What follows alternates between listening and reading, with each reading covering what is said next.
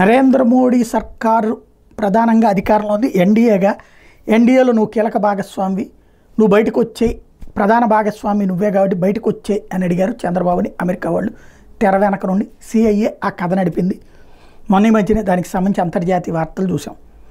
అయితే అమిత్ షాని కలిసి వచ్చి నరేంద్ర మోడీని కలిసి వచ్చిన తర్వాత cool and calm Chandrababu Naidu తన పని తను చేసుకుంటున్నారు.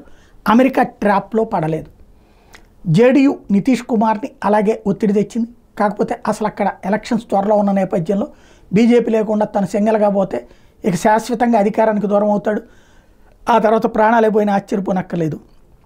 ఆ స్థితిలో ఉన్నటువంటి నితీష్ కుమార్ అక్కడ రాజకీయాన్ని పక్కన పెట్టేసుకునే ఉద్దేశం లేక అమెరికా ట్రాప్లో పడలేదు. ఇప్పుడు చిరాగ్ పాస్వాన్, అదే బీహార్కి సంబంధించినటువంటి చిరాగ్ పాస్వాన్ అమెరికాకి సంబంధించిన రాయబారుల్ని కలిసిన తర్వాత కొత్త స్వరం స్టార్ట్ చేశాడు. కుల లెక్కలు ఉండాలి, ఏదైతే రాహుల్ గాంధీ కోరినటువంటి విధంగా కుల డేటా ఉండాలి దేశవ్యాప్తంగా అన్నటువంటి, అంటే డివిజన్ ఆఫ్ ద కంట్రీ కోరుకుంటున్నాడు, అన్రెస్ట్ కోరుకుంటున్నాడు.